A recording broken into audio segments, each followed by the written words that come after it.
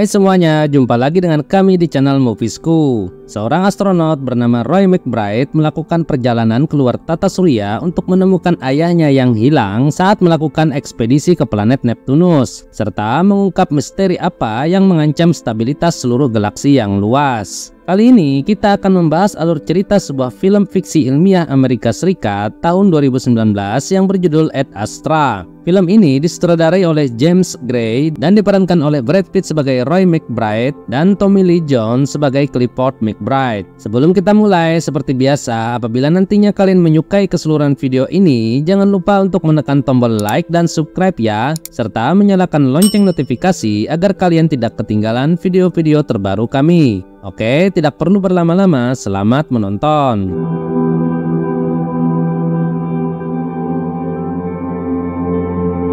Di masa depan, manusia mulai mencari tempat alternatif untuk tinggal di luar angkasa, sambil mencari kemungkinan keberadaan kehidupan cerdas. Upaya ini berujung pada pendirian koloni di Mars dan Bulan. Mayor Roy yang sejak kecil bercita-cita menjadi astronot, kini tengah menjalani evaluasi psikologis sebelum menerima misi berikutnya. Meskipun ia meyakinkan para dokter bahwa dirinya baik-baik saja dan berhasil menyembunyikan perasaannya, Roy tidak bisa berhenti memikirkan bahwa istrinya Eve telah meninggalkannya karena pekerjaannya yang banyak menyita waktunya. Misi kali ini adalah melakukan perbaikan lengan robotik pada salah satu antena luar angkasa. Tanpa rasa takut, Roy menaiki tangga yang sangat tinggi. Namun situasinya berubah menjadi buruk ketika cahaya aneh mulai berkedip. Tiba-tiba lonjakan daya menyebabkan sebagian antena meledak dan banyak astronot berjatuhan. Roy segera mencari tuas daya untuk mematikannya, tetapi ledakan lain membuatnya ikut terjatuh. Dengan keahliannya, dia tetap tenang, dan ketika sudah cukup dekat dengan bumi, dia melepaskan parasutnya dan mendarat dengan selamat. Kemudian saat di rumah, Roy merasa seharusnya dia memikirkan sesuatu setelah selamat dari kejadian yang sangat tidak mungkin seperti itu. Tetapi yang ada di pikirannya hanyalah perkataan Eve yang mengatakan bahwa dia memiliki sisi lain yang dapat merusak dirinya. Dia juga menonton berita dan mengetahui bahwa badai listrik telah menimbulkan kekacauan di seluruh dunia. Beberapa waktu kemudian, pejabat dari Spacecom memanggil Roy untuk pertemuan rahasia karena mereka sangat terkesan dengan kemampuannya yang tetap tenang dalam menghadapi situasi terburuk. Terlebih lagi karena dia tidak memiliki keluarga yang dapat membatasinya.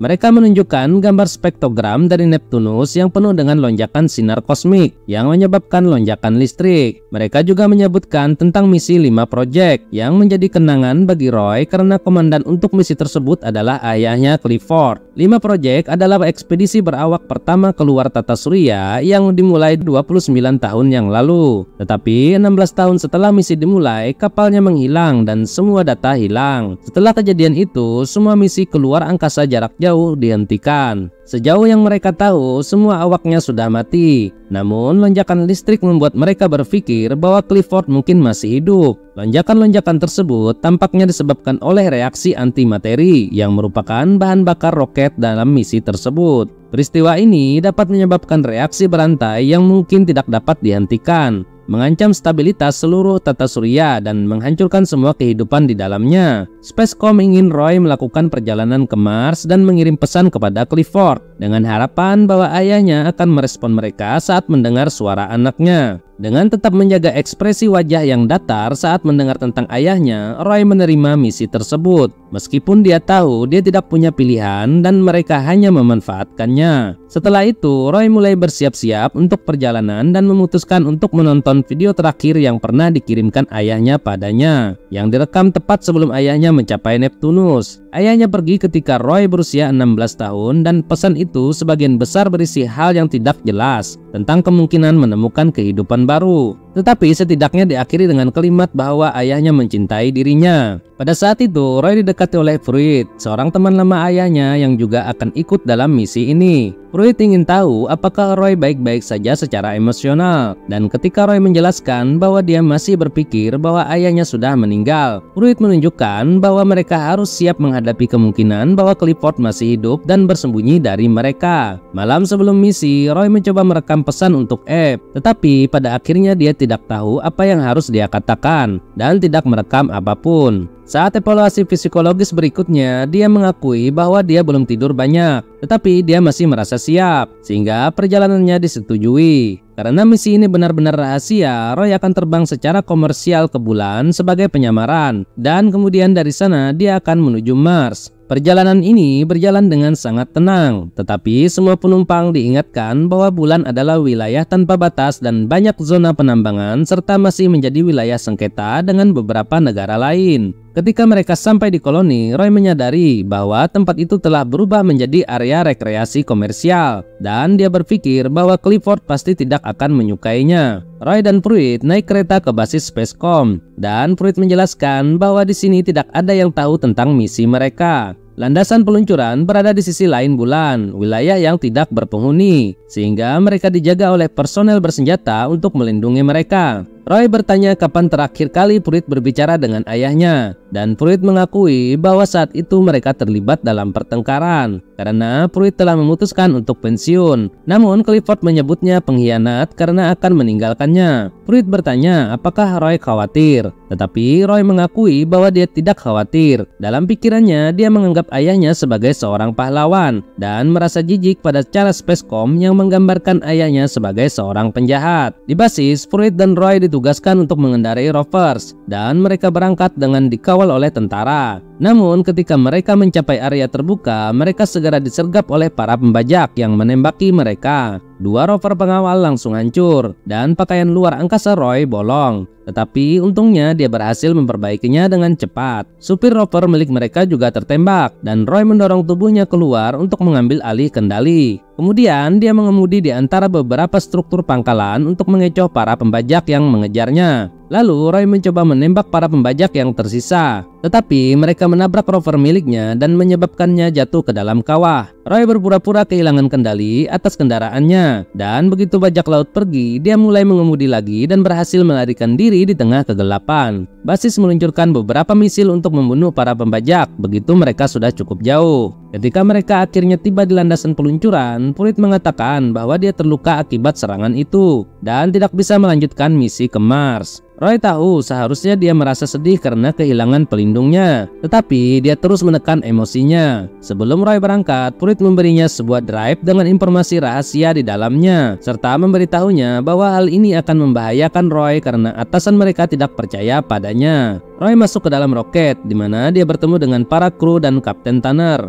yang memberitahunya bahwa Pruitt akan menjalani operasi darurat. Perjalanan ini akan berlangsung selama 19 hari, dan tidak ada dari kru ini yang tahu tentang misi Roy sebenarnya. Mood stabilizer dibagikan, tetapi Roy menyembunyikannya dalam pakaian luar daripada mengambilnya. Ketika dia punya waktu sendiri, dia memeriksa drive milik Pruitt, yang menemukan bahwa Spacecom menerima sinyal SOS dari kru 5 Project yang menunjukkan bahwa Clifford dengan sengaja menonaktifkan semua komunikasi eksternal. Dan jika misi ini tidak berhasil menghubungi Clifford, maka mereka harus menghancurkan 5 proyek itu bersama dengan Clifford di dalamnya untuk menghentikan lonjakan listrik. Roy bertanya-tanya apa yang terjadi dengan ayahnya dan apakah dia benar-benar kehilangan kendali. Mengingat kenyataan bahwa Clifford pernah berjanji kepada Roy bahwa mereka bisa bekerja sama suatu hari nanti. Beberapa waktu kemudian, mereka menerima panggilan darurat dari stasiun luar angkasa. Dan Tanner merasa terpanggil untuk membantu mereka sesuai dengan protokol. Roy ingin fokus pada misinya sendiri,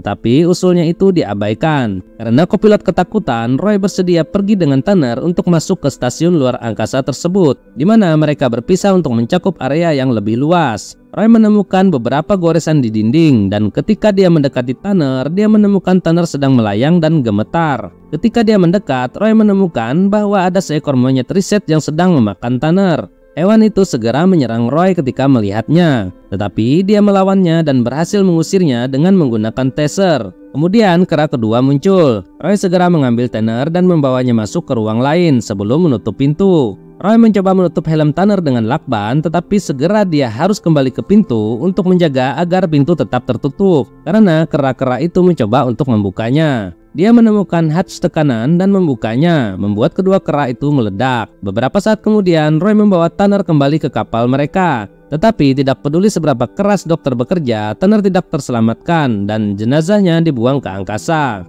Kemudian ketika semua orang sedang tidur, Roy melakukan evaluasi psikologis lagi dan menjelaskan bahwa Tanner meninggal tanpa menunjukkan emosi apapun. Ketika suara komputer meminta detail lebih lanjut, Roy mengakui bahwa dia mengenali kemarahan keras seperti kemarahannya sendiri. Dia selalu memiliki kemarahan dalam dirinya karena ayahnya meninggalkannya. Namun jika dia melihat di dalam kemarahan itu, yang dia temukan hanyalah rasa sakit yang menjauhkannya dari hubungan. Kopilot mengambil alih tugas kapten dan Roy menjadi kopilot menggantikannya. Ketika mereka akhirnya mendekati Mars, mereka terkena lonjakan daya dan kapal harus mendarat secara manual daripada menggunakan urutan pendaratan otomatis. Pilot terlalu takut untuk bereaksi, jadi Roy mengambil alih kendali dan mendaratkan kapal sendiri, serta berjanji kepada rekannya bahwa dia tidak akan melaporkannya ke Spacecom. Kru berhasil mencapai stasiun penelitian ERSA, di mana Roy bertemu dengan Direktur Helen. Dia juga tidak tahu tentang misi rahasia ini. Jadi dia mengantarkannya ke gedung di mana karyawan lain sedang bekerja secara rahasia. Roy diberi pesan tertulis untuk dibacakan, yang isinya mereka berjanji kepada Clifford ayahnya bahwa mereka di sana untuk membantu dan membutuhkan segala data yang mungkin dimilikinya. Sayangnya mereka tidak mendapatkan balasan apapun dan para teknisi memutuskan untuk mencobanya lagi suatu saat nanti. Roy menghabiskan waktu di ruang kenyamanan, di mana dia mencoba memutuskan apakah dia berharap menemukan ayahnya atau ingin bebas darinya. Ketika saatnya tiba untuk mengirim pesan lain, Roy melepaskan naskah yang diberikan padanya dan mulai berbicara dari hati. Dia menyebutkan kenangan masa kecil dan kenyataan bahwa dia juga menjadi seorang astronot, mengungkapkan keinginannya untuk bertemu dengan ayahnya lagi. Roy menunggu untuk melihat apa yang terjadi dan memperhatikan para teknisi yang bersemangat di sekitar peralatan komunikasi, yang berarti mereka mendapatkan jawaban. Namun ketika Roy meminta untuk mendengar pesan itu, atasan mereka tidak mau memberikan akses dan memberitahunya bahwa dia akan dikirim kembali ke bumi karena hubungan pribadinya membuatnya tidak layak untuk misi tersebut. Saat keluar, Roy memperhatikan kru yang bersiap-siap untuk bepergian, tetapi mereka mengabaikan pertanyaannya. Sebelum kembali ke bumi, Roy menjalani evaluasi psikologis lagi, tetapi keputusasaan dan kemarahannya akhirnya membuatnya jatuh dan mengganggu ritme biologisnya, sehingga dia dikembalikan ke ruang kenyamanan untuk sementara waktu. Beberapa waktu kemudian, Helen mengunjungi Roy untuk mendapatkan beberapa jawaban. Awalnya Roy mencoba menyimpan rahasia itu, tetapi Helen berhasil mengubah pikirannya dengan menjelaskan bahwa dia lahir di Mars dan kedua orang tuanya meninggal di 5 proyek. Para atasan memintanya untuk menyiapkan roket dengan amunisi nuklir yang akan segera berangkat ke Neptunus, dan dia ingin mengetahui apa yang terjadi. Roy memberitahu dia sedikit yang dia ketahui, dan Helen membalas dengan berbagi rekaman yang mereka terima beberapa waktu lalu. Ternyata Clifford memang masih hidup, dan dalam rekaman tersebut jeritan terdengar di belakangnya. Clifford menjelaskan bahwa krunya mulai memberontak karena ingin pulang, sehingga dia tidak punya pilihan selain menghabisi mereka semua. Spacecom membuat Clifford menjadi pahlawan di mata publik untuk menutupi semuanya. Roy ingin menghadapi ayahnya, maka Helen membawanya keluar dari basis menggunakan rover dan menurunkannya di dekat pintu masuk saluran pembuangan, sehingga dia bisa mendapatkan akses ke roket secara sembunyi-sembunyi. Setelah beberapa saat di bawah saluran air kotor, Roy mencapai landasan peluncuran dan berhasil naik ke dalam roket tepat sebelum roket itu lepas landas. Kru segera mendeteksi kehadirannya dan Roy mencoba menjelaskan bahwa dia bukan ancaman, tetapi basis mengirim perintah untuk menetralisirnya. 2 astronot pergi mengejarnya, tetapi pada saat itu roket semakin cepat dan kekuatan itu menghempaskan salah satu astronot ke dinding dan membunuhnya. Astronot kedua berkelahi dengan Roy dan sang kapten mencoba menembaknya, tetapi dia gagal dan malah mengenai tangki oksigen. Udara mulai menjadi beracun dan Roy mencoba membantu sang kapten dengan memberinya masker. Keduanya akhirnya tewas. Dia kemudian melemparkan jenazah keluar dari roket dan Roy mengirim pesan terakhir ke pangkalan, mengkonfirmasi bahwa dia akan menyelesaikan misi sebelum mematikan semua komunikasi. Perjalanan ini akan berlangsung selama 79 hari. Yang harus dihabiskan Roy seorang diri dengan rasa bersalahnya. Dia menghubungkan tabung makanan langsung ke perutnya serta menghubungkan elektroda pada tubuhnya untuk merangsang ototnya. Roy mencoba tetap sibuk dengan memikirkan Abe dan ayahnya. Namun dia melakukan kesalahan dengan menonton pesan terakhir dari Abe ketika dia mengakui bahwa dia merasa tidak mengenalinya karena dia selalu pergi. Dia juga menonton video-video ketika ayahnya masih waras dan penuh harapan. Semua cuplikan ini membuat suasana hatinya menjadi buruk, dan Roy terus bermimpi tentang masa kecilnya, ibunya dan ayahnya beserta Abe. Roy dulu berharap bisa sendirian, tetapi kesepian di kapal juga merusak kewarasannya. Dan dia menyadari berapa banyak orang yang telah dia kecewakan selama bertahun-tahun dan betapa egoisnya dia. Saat akhirnya dia mendekati Neptunus, Roy hampir tidak bisa mengendalikan dirinya. Namun dia berhasil melawannya untuk misi ini. Dia menggunakan pesawat kecil untuk terbang ke stasiun 5. Tetapi tiba-tiba dia terkena lonjakan daya dan pesawat itu mulai bermasalah. Roy mencoba mendekat tetapi tanpa hasil dan mencoba menghubungi ayahnya tapi tidak mendapatkan jawaban. Dia tidak punya pilihan selain meninggalkan pesawat dan berjalan di luar angkasa menuju stasiun 5. Di dalam, Roy menemukan jenazah kru melayang-layang dan sebuah video musik lama yang diputar di layar.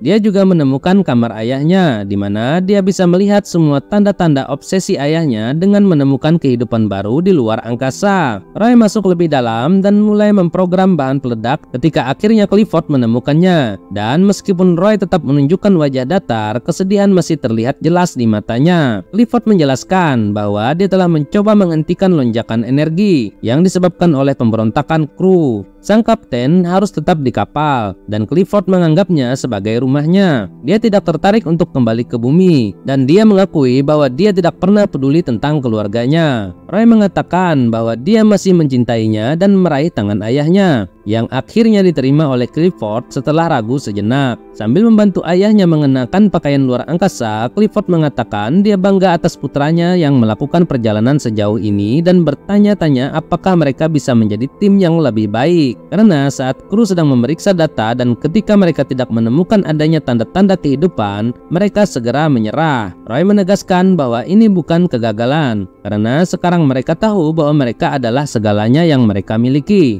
Mereka mengaktifkan bom agar meledak dalam 3 jam dan meninggalkan stasiun. Tetapi begitu mereka berada di luar, Clifford mencoba melemparkan dirinya keluar angkasa. Roy berpegang pada tali pengikat mereka untuk tetap mendekatinya. Tetapi Clifford memohon untuk kebebasan dan Roy memutuskan untuk memberikan keinginan terakhirnya tersebut. Saat tali pengikat itu dia lepaskan dan Clifford melayang menjauh ke dalam kehampaan, Roy akhirnya membiarkan dirinya merasa hancur. Dia sempat melayang beberapa saat bertanya-tanya apakah dia juga harus menyerah. Tetapi kemudian dia menyadari dia masih punya satu kesempatan lagi. Menggunakan pendorong pakaian luar angkasanya, Roy kembali ke stasiun 5 dan melepaskan panel pintu yang dia gunakan untuk melindungi dirinya dari asteroid agar bisa menyeberangi cincin Neptunus. Saat dia kembali ke roket, Roy mengingat kata-kata terakhir ayahnya ketika dia mendownload data penelitian. Clifford mengatakan bahwa dengan terlalu obsesif mencari kehidupan, dia mengabaikan semua keindahan permukaan planet. Roy membentur sisi roket dan setelah berguling-guling sebentar, dia berhasil memegang pagar dan masuk kembali ke dalam roket. Di dalam, dia menyadari bahwa roket tidak punya cukup bahan bakar untuk mengantarnya kembali pulang.